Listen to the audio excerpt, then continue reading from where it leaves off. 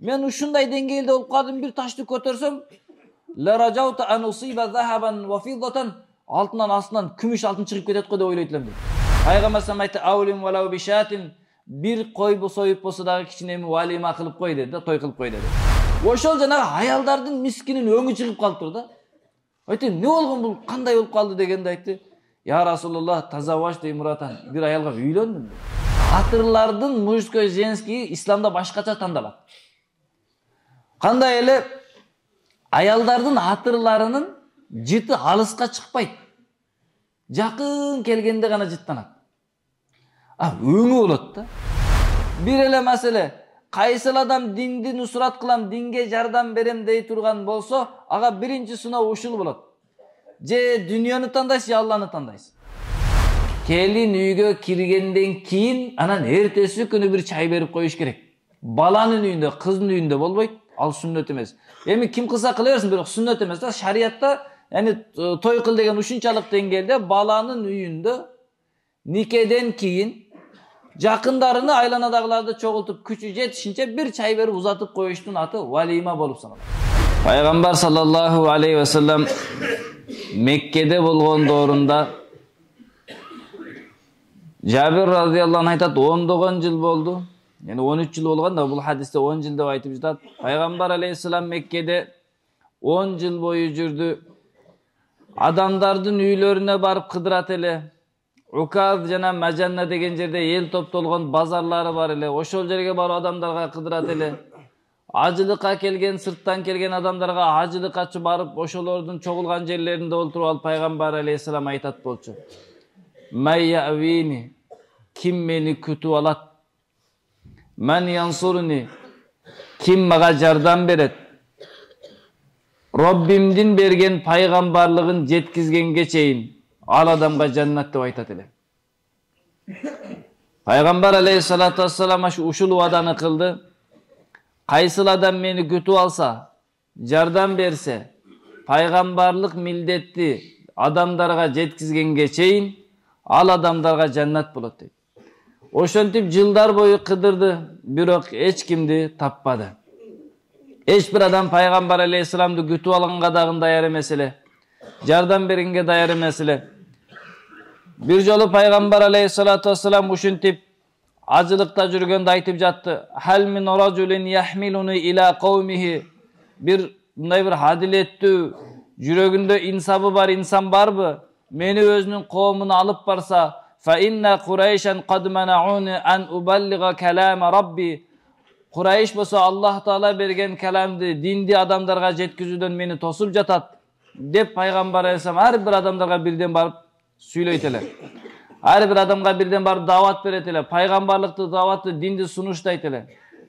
Ошол убакта артында Абу Жахил жүрөт эле. Пайгамбар алейхиссалам кимге жолуккан болсо, ошол адамга жолугат дагы бунун сөзүгө ишенбегин, бул алдамчы дейт эле. Бул ооруп калган дейт эле. Ошентип артынан жүрө берет болчу. Hakikattın mehneti de жүрүп жатты, batıldın mehneti de артынан жүрүп жатты. Токтоостун эки дең мехнет болуп жатты. Ошентип фаатаху ражулун мин Хамадан, Хамдан деген уруудан бир адам келип айтты. Пайгамбар алейхиссалату вассаламдан сурап калды, кандай эмне жардам керек? Пайгамбар алейхиссалам, сенин коомуң мага жардам бере алабы? Коомуңда кичинемдай ынтымагы барбы? Ооба бар. Алып кетейин деп пайгамбар алейхиссалам ниет кылды. Бирок коркту, мен алып барсам коомум кабыл кылбай койсо эмне болот деп. Андан көрө мен таштап кое берейин сизди кийинки жылга чейин. Кийинки жылга чейин сен ансор келип калды. Ошондо уламалар айтат, Аллах Таала жакшылык ишти ким биринчи колун сунуп тарса ошого берип коет дейт. Ким жардам берем деп колун сунуп кармак ошону өзгө каратып тарта турган болсо, Аллах ошого берип коет дейт. А жакшылык иште ким четте карап турса тура берет. Сын көз караш менен карап тура берет, кечигет. А бирок алдында мехнет кылгандар алып кетет dedi. Ошентип пайгамбар алейхиссалам мехнет кылып жүргөн убакытта ансорлордон бир жамаат келип калды. Пайгамбар алейхиссалам аларды көрүп, аларга келди дагы. Ахбарахум хабараллази истафаху Аллаху мин нубувватихи ва караматихи. Алла берген пайгамбарлыкты кабарлады. Пайгамбар аларга Кур'ан окуп берди. Кур'ан уккандан кийин алар фаламма сами каула пайгамбар алейхиссалам сөзүн уккандан кийин үн чыкпастан туруп калды. Өздөрүнүн ичинде жүрөктөрүнөн тынчтанып акыйкат сөздү айтып жатат. Мындай сөздү биз эч бир жактан уккан эмеспиз. Чыныгы сөздөрдү айтып жатат. Жана ошондой эле ахли китептерден уккан пайгамбар алейхисалам сыфаттарын караса көрүндү. Пайгамбар алейхисаламдын чынчыл экенин, Меккеден чыгат ушундай бүт бардык сыфаттарын билдилер дагы пайгамбар алейхисаламды тастыктап ыйман келтиришти. Ошолор ыйман келтирген ошо сахаба радыйаллаху анхулар кану мин асбабил хайр, өтө чоң жакшылыкка жетишкен адамдар болду. Жакшылыктын себепчилери болуп калды. Себеп ушул адамдардан Мадинага көчүү, Мадинага хижрат кылуу пикири пайда болду да. ثم قالوا له قد علمت الذي بين الأوس والخزرج من الدماء ونحن نحب ما أرشد الله بك. Siz bilesiz, Aws менен Хазрач урусу Мединада өтө көп урушат болчубуз. Ортобузда ар дайым ушундай уруш талаш болуп турат, ошону билесиз го дейт. Aws менен Хазрач деген Мединада жүздөгөн жылдар бою урушат болчу. Заматта бат-бат урушуп, көптөгөн кан төгүлөр болуп турат эле. Ал жана сахаба ыйман келтирген жетөөс айтып атат, биз сизди аз алып кетсек кандай болот? Aws менен Хазрачдар урушуп турат. Андан көрө мындай кылалы. Биз сизге ыйман келтирдик, сиздин айткан нерсеңиз бизге жакты. Ва нахну лиллахи ва лака мужтахидун. Биз Аллахтын диниге жана сизге толук жардам бергенге даярбыз. Инна нуширу алайка бима тара. Сиз эмне десеңиз ошол нерсенин бардыгын аткаранга даярбыз, бирок бир нерсени айталык. Famkus ala ismillah. Allah'ın ismi menen, Allah'ın jardamı menen Mekke'de biraz turup durun. Hatta nerca ila kavmina. Biz kavmumuzga baralık. Sizin aytkanınızı kavar berelik. Alарды davat kılalı. Alарды dinge çakıralı dağın. Ortasına hıntıma kalıp gelip durup. Andan gelip sizde alıp ketelik. Eğer de biz bugün sizde alıp bara turgan bolsak, alar janagınday uruşup turgandıktan balkim sizge jardam bere alбай kalışыбыз mümkün. Oşonduktan siz biraz kütö turasmı dedik. وَنَحْنُ نُوَاعِدُكَ الْمَوْسِمْ مِنَ الْعَامِ الْقَابِلِ. Biz sizge vada kılabız, kiyinki жылы hacılıkta kelip durup siz menen toluk alıp ketkenge dayar bolup kelebиz dedi. Oşonda faradiya Rasulullah sallallahu aleyhi ve sellem ellezî qalu. Aların aytkanıga Peygamber aleyhisselam ayabay suyunup, ayabay razı oldu. Alar kavmuna kelip durup fada'auhum sirran. Alar kel Peygamber aleyhisselamdın çakırgandığını, Peygamber aleyhisselamga kol berip iman keltirgendigini emne kılıştılar? Akırın Medina'da davat kıla başladılar. Ve ahbaruhum bi Rasulillahi sallallahu aleyhi ve sellem. Peygamber aleyhisselam abalını ayttı. Uşunday Kur'an okup berdi, uşunday boldu dep. Madina'daki ansorlarının içinden köpçülügüler Müslüman bolup, her bir uyda Müslüman adam tavılıp kalgan bolçu da. Oşontip kiyinki жылы acılıkka barganda ular 70 adam bolup bardılar dagın. Peygamber aleyhissalatu vesselamga bayat kıldı. Kelişim tüzgende mınday kelişim tüzdüler da. Biz alıp ketebиz sizdi. Bizdin uy bile özge emne nerseni kalasak sizlerge jana muhacirlerge oşo nerseni kalayбыз. Bizdin uy bile özden baldarыбыздан kanday ziyandуу nerseleri toso turgan bolsok, oşol nerselerden sizdi toso saktayбыз. Bizdin malыбыздан, bizdin janыбыздан, bizdin kadır bar kabroyubuzdan sizlerdeki jogoro turat dep vada berildi. Andan keyin Peygamber aleyhissalatu vesselam Medina'ga köçüp kelgen ele. Oşontip sahaba radıyallahu anhlar birinci mansorlar vada berdi, dindi biz nusrat kılabız depçi. Bu jakta aytып жатат да, темасы да мындай деген жазып койгонда. Kayfa sabaru an lazzatiha ve laqad fa'alu kull zalika ibtigha'a maradatillah. Sahaba radıyallahu anhlar ansorlar Medina'da kütüp algan sahaba radıyallahu anhlar düynönün jirgalçılıktары, jakşılıklarının alыстап kalışına razı boluştular, Allah'ın razılığına jetүү üçün dep. Bir ele mesele, kaysıl adam dindi nusrat kılam, dinge jardam berem dey turgan bolsa, aga birinci sınao uşul bolat. Je dünyönü tandaysiz, ya Allah'ını tandaysiz. Dünyönü tanday turgan bolsoңuz, anda nusrat kıla albaysiz köp. Sen boş oy kalasız, işiniz köp bolot. Keyde közüңүzгө dinge çıkıp nusrat kılsanız, ança-mınça sadaka jardam berseniz, je keyde Allah joluga çıkıp davat karış gerek bolsa başka meselede dünyöңүzгө ziyan kelgende sezilet da. Al jagын taştay albaysiz. Andan keyin koy dindi alayın deseniz dagı bolboy kalat. Dünyönü alayın deseniz din kalıp ketkende kıynala beret. Oşol üçün bir jagын tandap alış gerek. Tandap alsan ne bolat? Dindi tandap ala turgan bolsa dünya özü kele beret. Rızkı takdirde жазылгандай келет da. Mamun degen bir adam ötkön bir padişanın vaziri bolat ele. Padişa ayabay katуу dünyögө berilgende bayagı padişaga bir neseni eskertem dep padişanın kasırının aldına uzun устун деп коет го, баягы не деп коебуз, баягы үйдүн үстүнө таштай турган илгерки жыгачтар чоң, жоон болот эмеспи? Пара. Ошонун таштап коет эле да. Андан кийин падыша баягы терезесинен карап турса, келип ошону көтөрөт. Оң жагынан көтөрүп, бир учуну көтөрүп, тартып сүйлөсө, нар жагы калып кетет. Андан бул жагын коюп, тиги жагынан көтөрсө, ал жагы калып кетет. Андан кийин ортосунан келип көтөрүлсө, көтөрүлбөйт да. Сен узун чоң жыгачтын бир жагынан көтөрө аласың да. Анан падыша чакырып, не кылып жатасың сен, дагы не демекчисиң, мага айтчы десе, элестеттим да падыша, тиги жоон жагыны акырет дедим. Ничкераак жагыны дүнүйө дедим. Дүнүйө жагын барып көтөрүп сүдүрөсөм, оор жагы жылбай койду. Анан айттым да, дүнүйөнү тандасам акыретим калып кетет экен. Кой, акыретти тандайын деп барып жоон жагын көтөрүп сүдүрөйүн десем, дүнүйө жак жерде калды. Айттым, акыретти тандасам дүнүйө жерде калып кетет экен. Экөөнү чогуу көтөрбөйм да орто жерден көтөрөйүн десем болбой койду дейт. Ошон үчүн орто жерден барып биз көтөрө алганбыз, бүгүн көтөрө албай кыйналып атабыз. Баягы 10 сүрө ойдон жүрөбүз. 10 жылдан бери 10 сүрө ойдон. Байлыгыбыз дагы баяк ойдон, ахлагыбыз да, динибиз да баяк ойдон. Эмне үчүн? Көтөрө албай атабыз, эки жагы бирдей болуп калган. Эмне кылыш керек эле? Жоон жагын көтөрсөң, сүйрөш жеңил болот. Жоон жагын көтөрүп алгандан кийин сүдүрөсөң жеңил кетип каласың. Ошол үчүн акырет жакты тандай бериң демекчимин падыша деп айткан экен да. Ошол үчүн урматтуу бир туугандар, диндин нусрат кылам, дин менен жашаймын деген адамдар не кылыш керек? Максатыны койбаш керек. Же дүнүйөнү чогултам, же акыретти чогултам деп. Ошол сахаба радыйаллаху анхуларды пайгамбар Меккеден Мединага хижрат кылып келген сахабаларга мухажир деп ат берди. Күтүп алган сахабаларды ансор деди. Мындай айтканда хижрат кылуучу, көчүүчүлөр жана күтүп алуучулар деп сахабалар эки жамаат болуп мээнет кылып жаттылар. Ошондо пайгамбар алейхисалам бир ансор менен бир мухажирди дос кылып коет эле. Экөөңөр дос болосуңар, бири-бириңерге жашоого да, динде дагы жардам бересиңер депчи. Ошол үчүн динде ар бир инсан өзүнөн жогору турган бир таква, жакшы инсандарды өзүнөн кылыш керек, дос катары тутуп алыш керек. Болбосо устаз катары ошону ээрчип алыш керек. Эмне? Сиздин дүйнөңүзгө дагы, диниңизге дагы жардам берип турганга, сурап турганыңызга. Ошондо пайгамбар алейхисалам Абдурахман бин Ауф менен Саад бин Рабия радыйаллаху анхуну дос кылып койду. Саад бин Рабия радыйаллаху анху экөө дос болду. Экөөңөр чогуу бири-бириңерге жардам бересиңер депчи. Абдурахман бин Ауф радыйаллаху анху Мединага келген убакта эч нерсеси жок эле да. Ошол убакта Саад радыйаллаху анху айтты да, "Я ахи, бир тууганым" деп айтты да. "Я Абдурахман" деп айтты. Эмне үчүн пайгамбар силер бир туугансыңар, диндеги бир туугансыңар деп айтканда, бир тууганым, "Ана аксару ахлил Мадинати малан", мен Мадинадагы эң көп малдар адаммын, эң бай адаммын. "Фанзур шатра мали фахузху", карагын менин малымдын жарымын бөлүп алган, кайсынысы жакшы ала бергин dedi.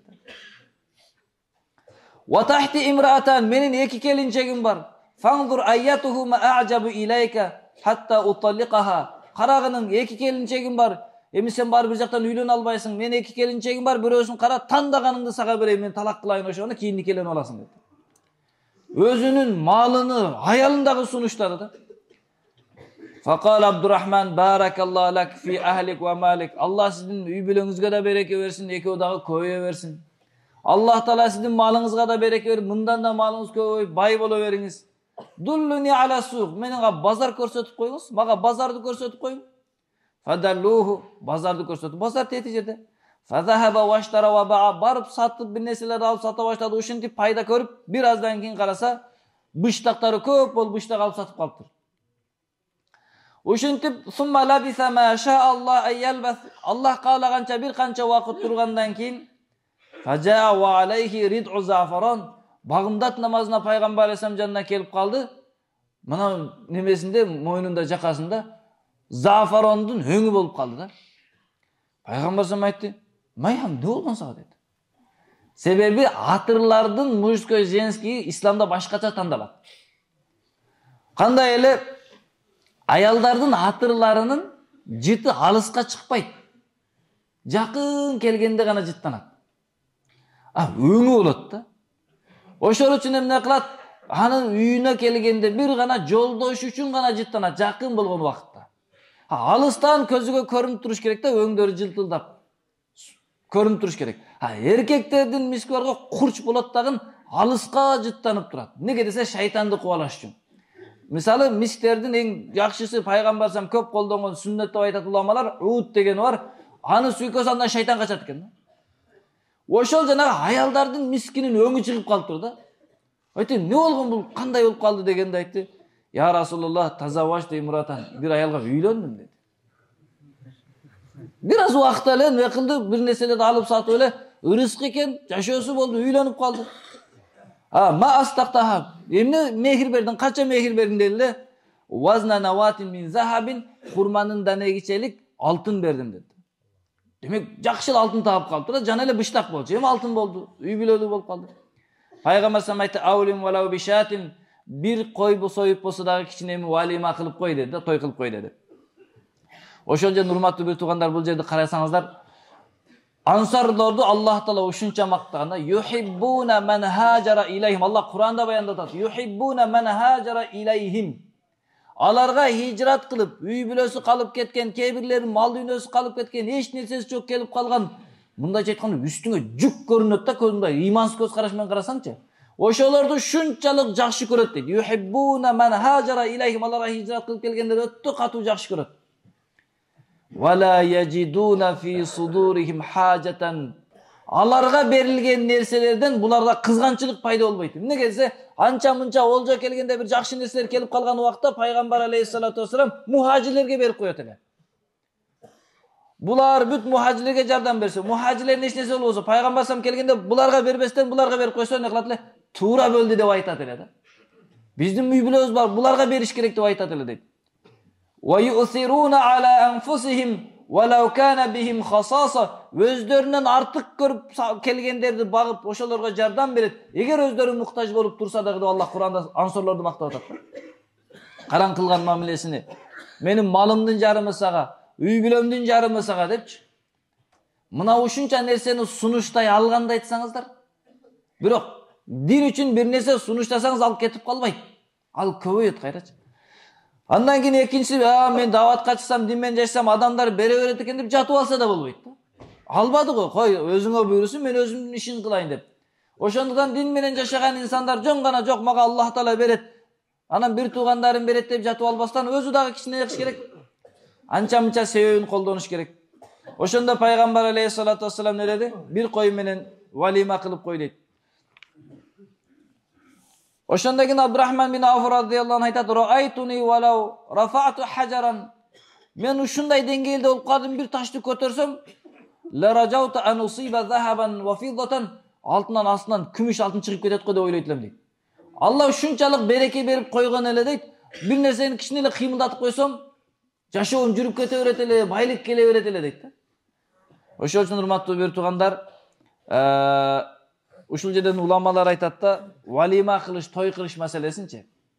Той качан болот десе, пайгамбар алейхиссалам Абдурахман бин Ауф радhiyallahu anh качан кыл деп айтып жатат. Келин үйгө киргенден кийин, анан эртеси күнү бир чай берип коюш керек. Баланын үйүндө, кыздын үйүндө болбойт, ал сүннөт эмес. Эми ким кылса кыла берсин, бирок сүннөт эмес да. Шариятта, той кыл деген ушунчалык деңгээлде баланын үйүндө никеден кийин жакындарыны, айланадагыларды чогултуп күчү жетишинче бир чай берип узатып коюштун аты валима болуп саналат. Пайгамбар алейхиссалату вассаламдын эң жөнөкөй тойлору курманы жайып туруп, сууду коюп туруп, той мына агыла деп айткан. Эң чоңу бир кой сойгон. Эми биз пайгамбар алейхиссаламдан артык болбосок керек, урматтуу бир туугандар. Ошол үчүн биз дагы ушундай тойлорубузду жеңил кылганга аракет кылалык. Ошондой адамдардын жашоосуна береке болот. Той качан жеңил боло турган болсо, арам иштер оор болуп кетет. Качан той оор болсо, арам иштер арзан болуп, жеңил болуп кетет да. Анан той кылып антип кыйналгыча көрү, анан адамдар туура эмес жолго басып кетип калат. Ошого урматтуу бир туугандар, ушул сахабалардын кылган ушунчалык курбанчылыгынан биз дагы ниет кылалык. Мен дагы өзүмдүн эмне жөндөмдүүлүгүм болсо динге сунуштаймын. Коркпоңуз, сахабалардын эч кимиси кедей болгон эмес, баары байып кеткен. Али радhiyallahu anh'нун ач калган окуялары, жокчулук окуялары аябай көп баяндалган. Бирок кайтыш болоор учурунда 40 000 динар берген да. Зекети 40 000 динар зекет берген. 40 000 динар Али радhiyallahu anh'нун байлыгынын 40тан бири болгон. Демек канча азыр 20 динарыбыз 250 000 болуп атат. 20 dinar olsun. Son menen 250 ming. Эми 40 ming dinar zeketi berse, andan 40 есе көп bolsa kança olup ketет? А бирок баягы күндөр өттү го жашоодо. Ошол үчүн динге курбанчылык кылган убакта көз алдыңа биринчи кедейлик, жокчулук, кыйынчылыктар көрүнөт. Эгер ошого сабыр кылып өтүп келсең, Аллах Таала андан кийин эшиктерди ача берет. Тоого чыкканда канча кыйын болот. Чыгбасаң түшүп кетиш жеңил болот го. Ошондой да курбанчылыктын деңгээлине жеткенден кийин Аллах Тааланын жардамы жөнөтөт. Аллах Таала баарыбызга дин менетине менет кылганга мүмкүнчүлүк берсин.